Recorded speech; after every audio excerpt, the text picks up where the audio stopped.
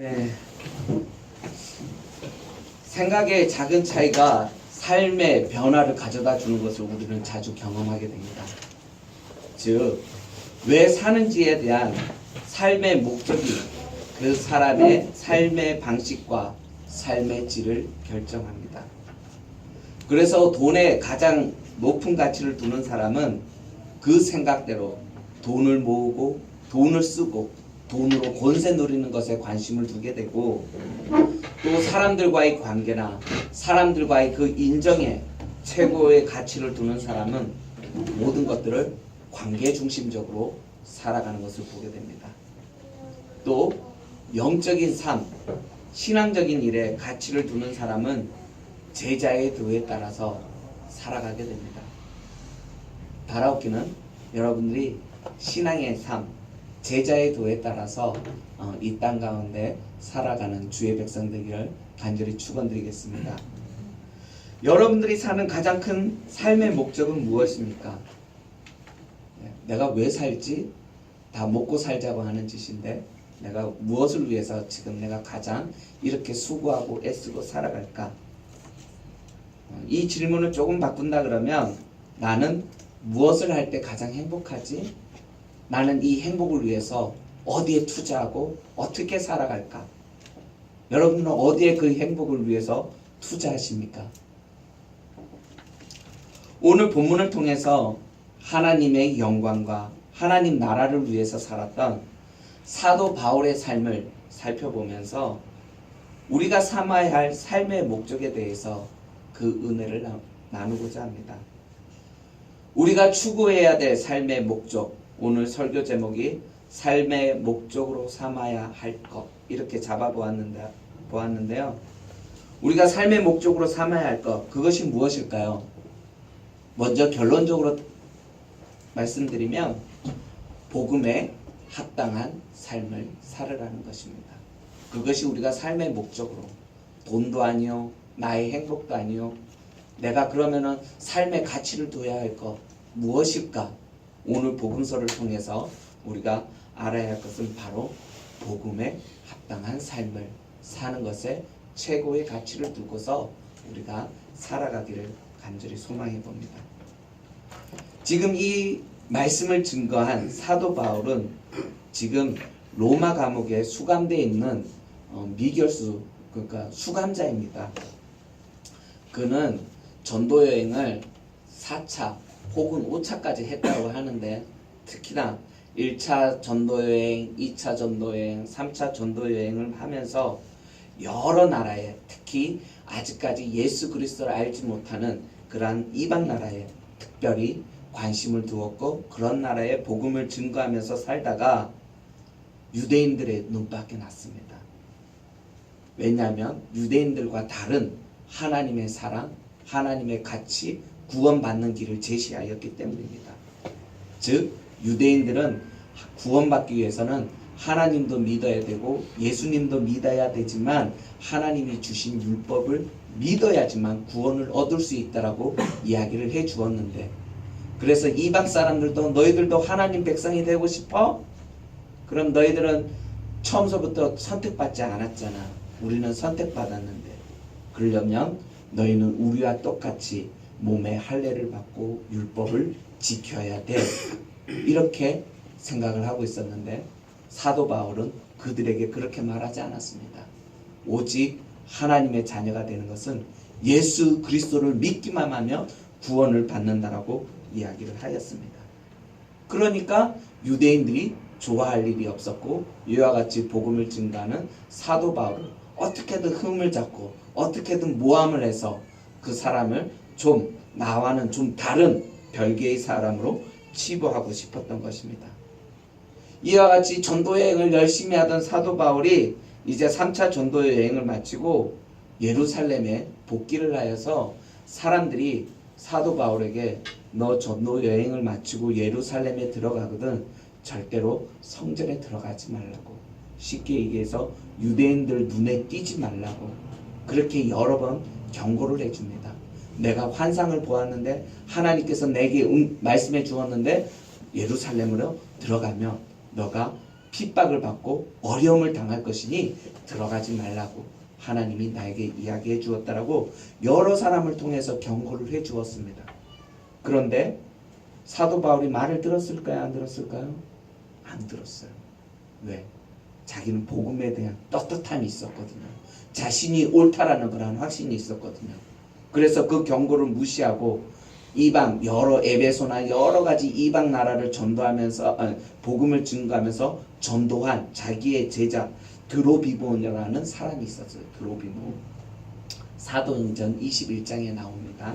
21장 28절 29절 거기에 보면 나오는데 이 제자를 데리고 예루살렘 성안으로 들어가서 예루살렘 성을 구경시켜 줍니다.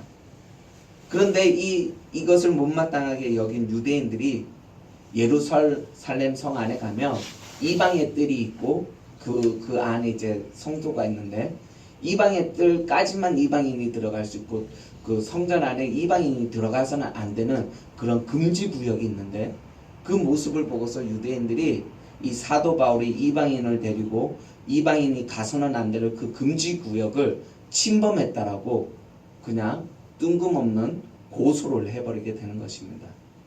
그래서 성전을 더럽힌 죄로 이 사도 바울을 고소를 하였고 그래서 사도 바울은 지금 체포당하여서 재판을 받는데 총독 빌라도라든지 이런 사람들을 볼 때 베스도라든지 이 볼 때 아무리 이 사도 바울의 흠을 찾을 수가 없거든요.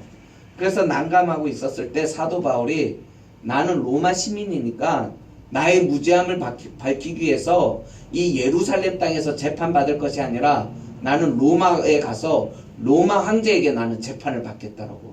누가 옳은지 내한테 죄가 있는지 없는지 나는 로마 황제에게 재판을 받을 것이라고 요청을 하였습니다. 그래서 이 미결수를 데리고 지금 사도 바울을 죄수의 신분으로 이제 배를 타고 로마에 도착해서 지금 가택연금돼 있는 상태에서 지금 빌립보서를 썼습니다. 사도 바울은 이방인들에게 복음을 증거하며 그 누구보다도 하나님의 일을 열심히 하면서 나는 하나님을 이렇게 사랑하였는데 왜 사람들이 나를 시기하고 질투하여서 이와 같은 어려움을 겪어야 하는지 그와 같은 불평과 불만을 했을까요? 안 했을까요? 안 했어요. 안 했어요. 내가 이렇게 하나님의 일을 위해서 열심히 하면 나를 탄탄대로 가게끔 하고 나를 보호해주고 지켜주고 나를 비방하는 사람들로부터 나를 보호해 주어야지 왜 맨날 나는 사람들한테 시기 질투당하고 왜 이와 같은 어려움을 겪습니까? 왜 이렇게 쉬운 길이 있음에도 불구하고 맨날 돌아가야 됩니까? 그리고 저 사람들은 똑같이 하나님을 믿는다고 하는 유대인들인데 왜 다른 사람도 아닌 저 사람들로부터 내가 이렇게 모함을 받아야 합니까? 이러면서 하나님 앞에 원망과 불평을 하지 않았어요. 왜 그랬을까요? 그는 로마 감옥에 갇히면서 수많은 핍박과 고난이 있었음에도 불구하고 늘 감사한 삶을 살았고 기쁨이 넘치는 삶을 살았습니다. 그래서 이 빌립보서 감옥에서 쓴 여러 가지 서신이 있는데 그걸 옥중 서신이라고 합니다. 에베소서, 빌립보서, 뭐 여러 가지 갈라디아서 뭐 이렇게 썼는데 이것을 썼는데 그 중에 하나 오늘 이 빌립보서를 바로 기쁨의 서신이라고 부릅니다. 어떻게 핍박과 시련이 가득한 상황 속에서도 이와 같은 삶을 살 수가 있었을까요? 불평불만하지 아니하고 늘 기쁘게 감사한 풍성한 삶을 살 수 있었을까요? 여러분들도 먹고 사는 문제와 자녀 문제로 인하여서 힘들고 여러분들을 괴롭히는 문제가 한두 가지가 아니리라 생각합니다. 이 문제를 여러분들은 어떻게 해결하실 건가요? 먹고 살기 힘들죠, 그쵸? 안 힘드세요? 좋으세요? 네, 감사합니다. 만약에 나에게 이와 같은 힘든 일이 있을 때 부흥사나 부흥 목사님이나 어디 내가 처음 듣기로는 예수 믿으면 복 받고 은혜 받고 행복하고 그렇다는데 예수 믿었는데 뭐 좋아진 거 별반 없고 오히려 더 힘든 일만 있어. 예수님은 우리의 선한 목자가 된다고 그랬는데 뭐야 도대체? 언제 그 복을 주는 거야? 그랬을 때 사도 바울은 자기의 이러한 어려움이 있었을 때 그 문제를 어디에서 찾았냐면 바로 그리스도 안에서 그 해법을 찾았습니다. 빌립보서 1장 20절에 보면 살든지 죽든지 내 몸에서 그리스도가 존귀하게 되려 하나니 이는 내게 사는 것이 그리스도니 죽는 것도 유익함이라 이렇게 이야기를 합니다. 즉 그는 가치 있는 인생 그의 삶의 목적을 바로 그리스도 안에서 예수에게 찾았던 것입니다. 어떤 사람들은 이야기를 합니다. 내게 돈만 있다면, 내게 건강만 있다면, 내가 사람들로부터 인정받는 능력만 있다면 내가 그것으로 내가 뭔가 좀 더 멋지게 살 수 있었을 텐데 그 돈이 없고 그 조그만 건강이 없고 나에게는 왜 10달란트를 안 주시고 한두 달란트만 줘서 맨날 이렇게 노멀하게 루저 인생을 살게 할까? 그러면서 많은 사람들이 아쉬움에 이렇게 토라면서 살아가는 것을 보게 됩니다. 그리고 자기의 부족한 것을 채우기 위해서 오늘도 밤잠을 자지 않고 열심히 살아갑니다. 통장에 한 1억의 잔고를 채우기 위해서 오늘도 야근하시고 그렇잖아요. 그렇죠? 또 1억이 아니라 먹고서 야근을 하지 않으면 살 수 없으니까 그렇게 우리가 열심히 살고 있는데 사도 바울은 내 인생에서 예수님이 존귀 여길 수만 있다라면 나를 통해서 하나님이 기쁘시게 여길 수만 있다라면 내가 하나님을 기쁘게만 할 수 있다면 나는 그것을 위해서 죽을 수도 있고 살 수도 있다고 아주 당돌하고 아주 확신에 찬 그러한 말을 하는 것을 보게 됩니다. 그래서 12절에 보면 자신이 당한 일, 지금 로마 감옥에 지금 왔잖아요. 그 예수님을 증거하다가 이 과정들이 오히려 복음 전파에 도움이 되었다라고. 우리들 같았으면 원망하고 비판할 그러한 지금 환경인데 오히려 이 환경이 하나님 앞에 복음 전파에 도움이 되었다라고 이렇게 전혀 뚱딴지 같은 고백을 하는 것을 보게 됩니다. 우리 14절을 함께 한번 읽어보도록 하겠습니다. 1장 14절 말씀 같이 읽어보도록 하겠습니다. 시작. 주 안에서 신뢰함으로 겁없이 하나님의 말씀을 더욱 담대히 전하게 되었느니라.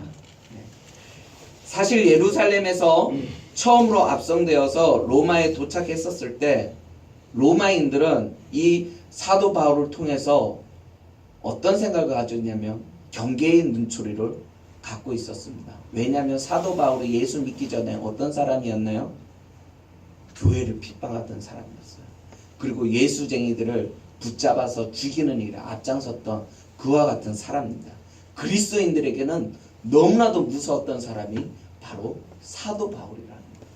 근데 이 사도 바울이 소문에 듣자니 지금 로마 황제에게 심판을 받기 위해서 오고 이 사람이 회심하여서 그리스도인이 되었대.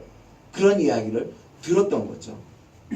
그래서 사도 바울의 악명을 듣고 있었던 사람은 이 로마 그리스도인들은 로마 교회 사람들은 사도 바울의 그 회심을 의심을 하였습니다. 혹시 저거 쇼 아니야? 이중 그거 아니야? 그래서 이걸 통해서 그리스도인들이 누구인지 색출해서 그걸 통해서 우리를 잡아 죽이려고 하는 거 아니야? 그러면서 그를 가까이 하지 않으려고 하였습니다.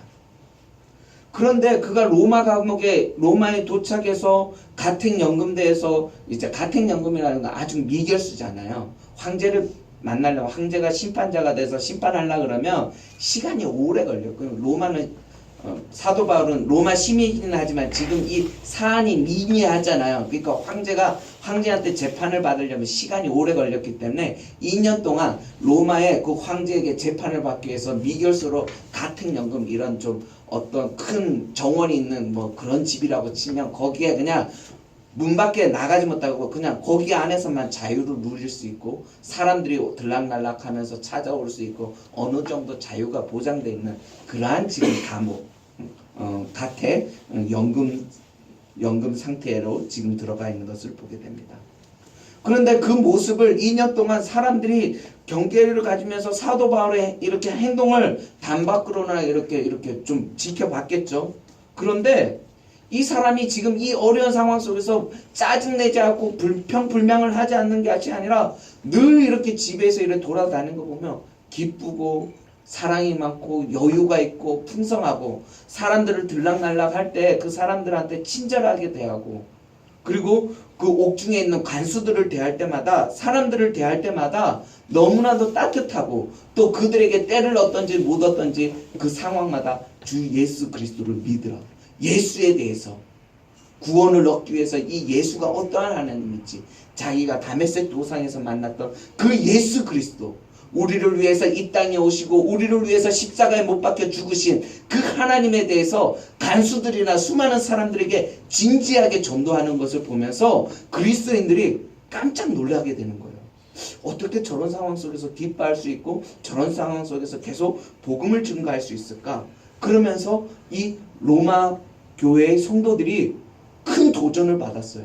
나는 지금 로마 시내 로마 국가에서 그리스도인이지만 국가로부터 지금 핍박을 받을까 두려워서 나는 지하나 이렇게 숨어서 지내고 내가 그리스도인입니다 이렇게 정체성을 잘 드러내지 않고 될 수 있으면 전혀 아닌 것처럼 행동하면서 이렇게 신앙생활하고 있는데 당당하게 맞서서 나는 그리스도인입니다. 우리가 삶의 목적으로 삼아야 될 것은 예수 그리스도니 내가 죽으나 사나 그리스도를 위한 것이라며 나는 이 일을 위해서 기쁘게 이렇게 행동하는 사도 바울의 모습을 보면서 로마 성도들이 교회 성도들이 도전을 받았던 것이에요. 그리고 자신감을 가지게 되었던 거예요. 그래서 어떻게 하나요? 이들도 겨우 열심히 사도 바울처럼 복음을 증거하게 되고 그 사도 바울이 증거한 예수 그리스도가 살아계심을 확신하게 되고 신뢰하면서 사도 바울처럼 이들도 사도 바울과 함께 복음을 증거하는 것을 보게 됩니다. 그리고 이러한 것들을 지금 사도 바울이 빌립보 성도들에게 이야기를 해주는 거예요. 내가 이렇게 했었더니 14절에 형제중 로마 교회의 그 수많은 형제들 다수가 내가 지금 로마 감옥에 매임으로 이렇게 갇혀 있음에도 불구하고 그들이 주 안에서 신뢰함으로 겁없이 하나님의 말씀을 더욱 담대하게 전하게 되었다라는 거예요. 어찌 되었든지 간에 신앙생활은 혼자 할 수 있는 게 아닙니다. 요즘 많은 젊은이들이 가난한 성도라고 해서 교회를 안 다녀요. 그러면서 예수님 믿어요. 왜냐하면 교회 가면 꼴보기 싫은 인간들이 많거든요. 네. 그리고 교회 가면 복잡하고 막 나하고 마음에 안 드는 게 많거든요. 그러니까 어떻게 하냐면 오늘같이 미디어가 발달된 집에서 설교도 듣고 또 나 성경도 읽고 나 찬양도 하고 그러니까 굳이 교회 나갈 이유는 뭐예요? 내가 예수님 사랑하고 내가 지금 찬양하고 말씀 듣고 내가 주의 뜻대로 복지관을 다니면서 사회 봉사활동도 하고 내가 구제활동도 하고 내가 하나님의 말씀대로 살아가니까 굳이 교회 가면서 내가 더러운 곳에 발을 디디면서 내가 좀 복잡한 일에 얽히기 싫어하는 젊은이들이 굉장히 많이 있습니다. 그리고 그런 사람들이 많이 있습니다. 그런데 신앙생활을 이와 같이 혼자 하게 되면 신앙이 자라날 수도 없고 그 신앙생활을 성숙한 그리스도인이 될 수도 없습니다. 웨스터 호프라는 신학자가 있는데 주일학교에 대해서 예언을 하고 주일학교 이렇게 신학자고 학자인데 이분이 신앙은 가르치는 것이 아니라 형성된다라고 이야기를 하였어요. 그래서 이분은 주일학교에 대해서 무용론을 주장하였던 분입니다. 좀 지나치게 신앙은 너희들이 교사들이 가르치고 뭐 주일학교 뭐 분과 공부하고 이런다고 해서 신앙이 아이들한테 가르쳐지는 게 아니야. 전수되는 게 아니야. 너희들이 똑바로 하나님의 말씀을 살 때 그것을 보고서 아이들이 보고 그것을 경험하면서 신앙이 자라나고 하나님을 알아가는 것이지, 그 1시간 또 일주일 동안에 1시간 동안 그 주일학교 그것을 통해서 하나님 알 수 있을까? 이러면서 주일학교 하지마 이러면서 너무 지나치게 나아갔던 학자입니다. 들을 말도 있고 우리가 조심해야 될 거 있는데, 중요한 것은 신앙은 형성되는 것이 맞다라는 거예요. 그것처럼 나의 삶은 다른 사람들에게 영향을 주게끔 되어 있고, 나 또한 보이지 않게 다른 누군가로부터 영향을 받게끔 되어 있습니다. 지금 사도 바울이 이 이야기를 하면서 본문에서 그에게 신앙생활에 영향을 받은 두 부류의 사람이 나타납니다. 15절에 보면 어떤 사람은 투기와 분쟁으로, 즉 악의적으로 그리스도를 증거하는 것을 보게 됩니다. 또 어떤 사람들은 사도 바울의 모습을 보고서 선의를 가지고 착한 뜻으로 그리스도를 전파하는 것을 보게 됩니다. 이렇게 두 부류의 사람들이 나타났어요. 여기에서 투기와 분쟁, 즉 투기라는 것은 뭐냐면 질투심보다 더 강한 감정을 말하는 거예요. 그래서 질투의 감정이 더 격해져서 남의 것을 빼앗는 것, 이게 투기라는 거예요. 그 질투심으로 인해서 짜증나 막 이런 질투가 아니라 그 질투의 마음이 더 커서 그 사람 것을 무슨 수를 써서라도 빼앗아 버리는, 이것이 투기라는 거예요. 즉 사도 바울이 이와 같이 진정성을 가지고 예수 그리스도를 증거하면서 많은 사람들에게 복음을 증거하고 영향을 끼치니까 어떤 사람이 투기하는 마음이 들어서 사도 바울이 지금 같은 연금대에 있어서 좀 제한되어 있었을 때 자기가 그 사도 바울의 영향력을 발휘하고 싶었던 거죠. 내가 무슨 넘버 2야, 내가 넘버 1이야, 뭐 이런 거죠. 사도 바울 위에 있고 인정받기를 원했던 거죠. 그래서 사도 바울이 가지고 있었던 그와 같은 영향력이나 능력을 빼앗으려고 복음을 더 열심히, 더 잘 증거하였던 뭐 그러한 사람이 있었다라는 것입니다.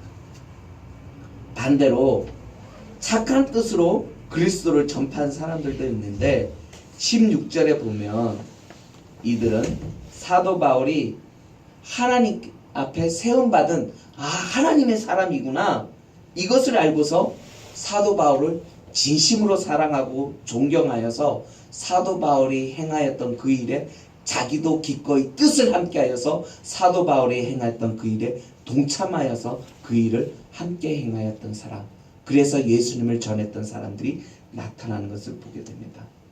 즉 이 사람들은 사도 바울을 좋아서, 사도 바울과 잘 맞아서 그를 받아들였다기보다 실은 사도 바울이 하나님의 사람, 하나님이 세우신 사람이다, 하나님과 함께하는 사람은 이러한 확신이 들었기 때문에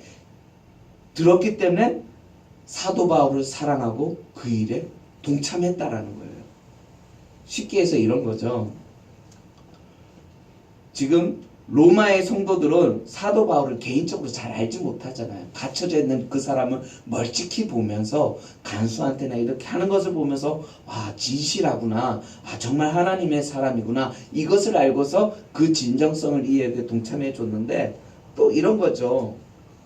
저희가 개척할 때 여러분들 저하고 이렇게 그다지 막 이런 친분이 있는 건 아니잖아요. 그렇잖아요. 그렇게 해서 이제 동참하였잖아요. 왜? 영혼 구원한 일에 함께하기 위해서. 그래서 제가 뭐 탁월했으면 여러분들이 더 구름대같이 왔겠죠. 근데 그것이 아니라 이 일이 가치가 있고 이 일을 하나님이 나를 원하시고 목사님을 통해서 하늘빛 교회를 통해서 한다라는 그러한 것들에게 여러분들에게 마음이 와서 하나님이 저를 보고서 이곳에 보내주신 것이 아니라 여러분 각자에게 그러한 마음을 주셔서 함께 이 일을 이루어보라고 동력자로 함께 보내주신 거 아니겠어요? 지금 선한 뜻으로 한 사람들이 바로 그와 같이 동참하였던 사람이라는 거예요. 그럼에도 불구하고 사도 바울의 모습을 보면서 하나님이 이 일을 위해서 세우신 사람이라는 확신이 그들이 들어서 그들을 사랑하였고 그 일에 동참을 하였던 것입니다. 우리의 삶은 이와 같아야 하는 것입니다. 27절에 이와 같은 삶을 뭐라고 부를까요? 27절에 하나님의 사람이구나, 하나님이 세웠구나, 하나님이 이 일을 하라고 저 사람을 통해서 지금 역사하고 있구나, 이러한 확신을 들어서 그와 같은 일에 동참하는 그 일, 그와 같은 삶, 이거를 27절에 뭐라 부르죠? 복음에 합당한 삶이라고 이야기합니다. 교회 일을 하면 나와 신앙의 색깔이 틀리고 마음에 들지 않는 사람들이 생기기 마련인데 18절에 사도 바울은 나하고 맞건 안 맞건 결과적으로 그리스도가 전파되기만 한다면 자신은 아무 문제가 없고 아무 상관이 없고 자신은 기쁘다라고 말을 하고 있는 것을 보게 됩니다. 우리 18절에 한번 읽어보도록 하겠습니다. 시작. 그러면 무엇이냐 신령과 참으로나 무슨 방언이든지 전파되는 것이 있으니 이렇게 사람이 기뻐하고 또한 기뻐하리라. 사도 바울이 이와 같은 마음으로 이게 복음에 합당한 삶이라는. 감리교 운동의 창시자, 감리교를 창시한 존 웨슬레라는 사람이 있었는데 그 당시 존 웨슬레와 함께 쌍두마차로 영국 교회와 세계를 이끌었던 영향을 끼쳤던 또 다른 사람이 있는데 그분이 누구냐면 조지 휘필드라는 부흥사예요. 설교자인데 그 당대에는 웨슬리보다 조지 휘필드 이 설교자 이 목사님이 더 유명했어요. 부흥사 순회 전도자인데 얼마나 말씀을 잘 증거하는지 이 사람의 설교를 하면 광구 이렇게 일하고 이 사람은 뭐 광산에 가서 그냥 그들이 나오는 그 허허벌판에 그냥 거기에서 메시지를 그냥 막 듣든지 안 듣든지 막 선포를 하는 거예요. 그러면 광구가 일하다 말고 나오다가 그 목소리 마이크도 없이 외치는 그 목사님의 이야기를 전도자의 이야기를 듣고 어느 순간 가야 되는데 발걸음을 멈추고 계속해서 그 말씀을 듣게 되고 그 말씀을 통해서 회개의 눈물을 흘리면서 회심하였던 그러한 수많은 사람들의 역사들이 많이 일어났던 그러한 목사님이에요. 그래서 그 당시에는 이 조지 휘필드라는 목사님이 존 웨슬레보다 더 인기가 많았고 말씀에서 더 탁월했어요. 그런데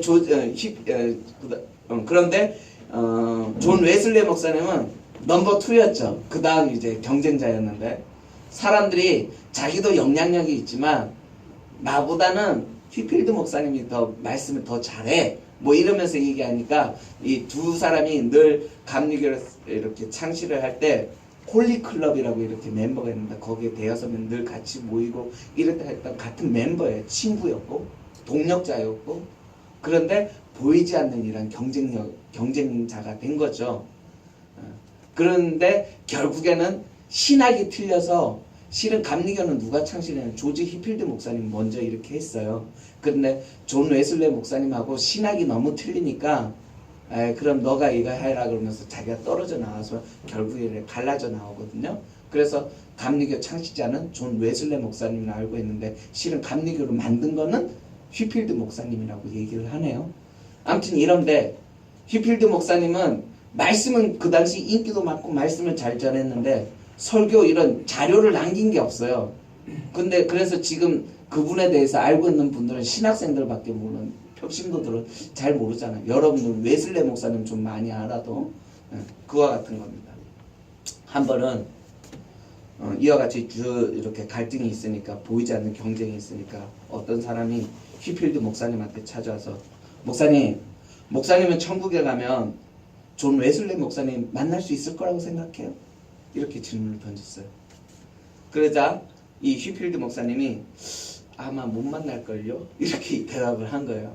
그러니까 그 사람이 이렇게 대답을 하는 거예요. 그렇지요. 존 웨슬리 목사님의 그러한 신앙관을 가지고 그러한 구원관을 가지고 천국에 들어갈 수 없겠죠. 이렇게 이야기를 하는 거예요. 그러자 조지 휘필드 목사님이 이야기합니다. 제 말을 오해했군요. 제 말은 그런 뜻이 아니라 하나님이 보시기에 존 웨슬레 목사님 너무나도 훌륭하기 때문에 아마도 천국에 가면 하나님의 영광의 그 보좌 가장 가까운 곳에 그분이 앉아있고 저는 이렇게 신들매기도 감당하지 못해서 저와는 너무나도 거리가 떨어져서 아마 목사님을 뵙지 못할 거라고 이와 같이 그분을 높이는 말로 그와 같은 이야기를 했다는 그런 일화가 있습니다. 네. 그 이분들이 신학적인 그러한 입장 차이로 갈등을 빚고 있었지만 서로 그들의 사역을 존중해주고 그러면서 서로 떨어져 나왔지만 서로의 사역을 인정해 주는 것을 보게 됩니다. 그러면서 조지 휘필드 목사님은 이 두 사람의 이 라이벌 관계가 굉장히 심각해지면서 문제가 되자, 교회에서 이런 문제가 되자 이 사람이 이와 같은 유명한 말을 남겼어요. 그 성도들 간의 싸움을 중지하기 위해서. 도대체 웨슬리는 뭐고 휘필드는 뭐야? 그러면서 오직 그리스도만 영광을 받게 하라 이러면서 자기의 말을 남겼다. 그러니까 자기나 웨슬리나 별거 아니야. 그러니까 싸우지 말라. 그리스도만 높이라고 이야기하는 것을 보게 됩니다. 사도 바울은 예수님께 소망을 두었기에 예수님 앞에 삶의 목적을 두었기 때문에 고난 속에서도 기쁨 가운데 살 수가 있었습니다. 그래서 바울은 담대하여서 살던지 죽던지 내 몸에서 그리스도가 존귀하게 되고 20절입니다. 그리고 21절에 그리스도를 위해서 사는 것이 내 삶의 목적이기에 내가 죽는다 하여도 그것 또한 유익함이라 이렇게 이야기를 합니다. 사도 바울이 이와 같이 말을 할 수 있었던 것은 복음 전파를 그 인생의 최고의 삶의 목적으로 두었기 때문에 그는 자기의 상황과 환경에 상관없이 그와 같은 삶을 살아갈 수가 있었던 것입니다. 그럼 우리는 어떨까요? 예. 우리의 주된 관심은 먹고 사는 것에 있습니다. 그러다 보니까 불안하고 마냥 기뻐할 수가 없죠. 그리고 우리가 뭐 그렇게 대단한 사람도 아닌데 어떻게 그와 같은 목회자처럼 살아요? 별로 나는 그렇게 못 살아요. 이게 일반적인 반응일 것입니다. 그렇기 때문에 먹고 사는 문제, 저도 사도 바울처럼 잘 못 살 것 같아요. 그런데 여기에서 이야기를 할 때 중요한 것은 먹고 사는 문제가 중요하지만 그 문제를 그리스도로 하나님 앞에 그 먹고 사는 문제를 내가 해결하기 위해서 수고하고 애쓰는 것이 아니라 먹고 사는 문제가 힘들고 어렵고 중요하기 때문에 그 문제를 해결하기 위해서 그리스도께 가져간다라면 그래서 성령 하나님의 도우심을 구하고 하나님 앞에 나아가면 하나님께서 우리들의 문제를 구원해 주실 것이라는 것입니다. 아멘. 사도 바울처럼 그렇게 살라라는 게 아니에요. 우리는 죄 연약하기 때문에 그렇게 살기는 어려워요. 삶의 목적을 그리스도께 두는 것이 맞지만 머리로는 알지만 가슴으로는 알지만 본능적으로는 그렇게 살아가기가 어렵다.